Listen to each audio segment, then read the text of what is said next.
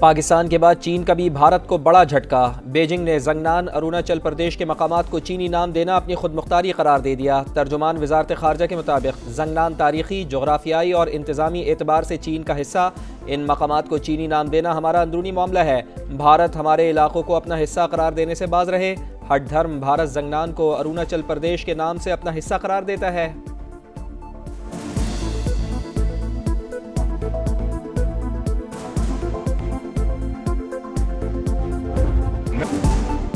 بہادر جوانوں نے 71 کا بدلہ لے لیا۔ پاکستان کو ہمیشہ تیار پاؤ گے، دوبارہ حملہ کیا تو منہ کی کھاؤ گے، تمہارا کچھ نہیں بچے گا۔ وزیر اعظم کی للکار، پانی ہماری ریڈ لائن، بند کرنے کا سوچنا بھی مت۔ پاکستان میں دہشت گردی کرانے والا ہمیں بھاشن نہ دے۔ مسئلہ کشمیر اقوام متحدہ کی قراردادوں کے مطابق حل کرنے کی پیشکش۔ کہا تاریخ یاد رکھے گی کس طرح چند گھنٹوں میں دشمن کو پسپا کیا۔ افواج پاکستان نے غرور خاک میں ملا دیا۔ شہباز شریف کا آپریشن بنیان المرصوص کی شیروں کو خراج تحسین۔ آرمی چیف اور سربراہ پاک فضائیہ کے ساتھ پسرور چھاونی سیالکوٹ کا دورہ۔ آپریشن میں حصہ لینے والے افسروں اور جوانوں سے ملاقات۔ پیشہ ورانہ صلاحیتوں کو سراہا۔ پاک فضائیہ نے برہموس میزائلوں کا ڈپو تباہ کر دیا۔ پاکستان کے موقف کی تصدیق ہو گئی۔ بھارتی پنجاب میں واقع بیس سے تابکاری کے بعد الرٹ جاری۔ Indian national radiology safety division کی رپورٹ کے مطابق علاقے کی سلامتی کو شدید خطرہ لاحق۔ 3 کلومیٹر کے علاقے سے انخلا کے احکامات، 5 کلومیٹر تک شہریوں کے لیے الرٹ جاری کر دیا۔ پاکستان نے برہموس میزائلوں کا ڈپو 10 مئی کو حملہ کر کے تہس نہس کر دیا تھا۔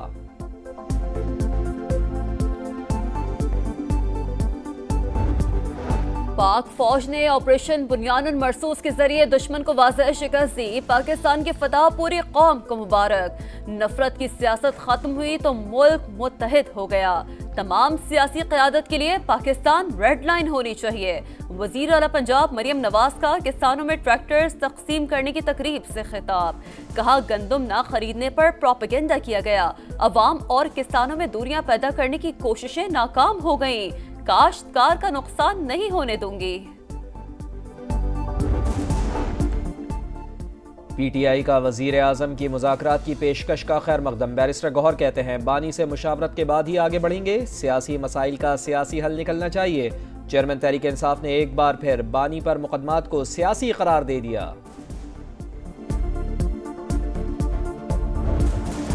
کسانوں کو آسان شرائط پر زرعی قرضوں کی فراہمی یقینی بنائے۔ پیداوار بڑھانے کے لیے زرعی تحقیق پر توجہ مرکوز کی جائے۔ وزیر اعظم شہباز شریف کی ہدایت۔ زرعی شعبہ میں اصلاحات سے متعلق اجلاس۔ کہا اللہ تعالیٰ نے پاکستان کو زرخیز زمین، قابل زرعی ماہرین اور محنتی کسان دے رکھے ہیں۔ زراعت کو جدید خطوط پر سوار کیا جا رہا ہے۔ آئی ایم ایف کا ڈو مور کا مطالبہ۔ نئے بجٹ میں پراپرٹی پر کیپٹل گین ٹیکس بڑھانے کی تجویز، 25% اضافہ متوقع۔ عالمی مالیاتی فنڈز کے ساتھ وزارت خزانہ اور ایف بی آر کے ورچوئل مذاکرات آج بھی جاری رہیں گے۔ نئے بجٹ میں tax to G D P کا ہدف 11% رکھنے کی تجویز۔ مالیاتی ادارے کو اصلاحات، نجکاری اور رائٹ سائزنگ پر بریفنگ دی جائے گی۔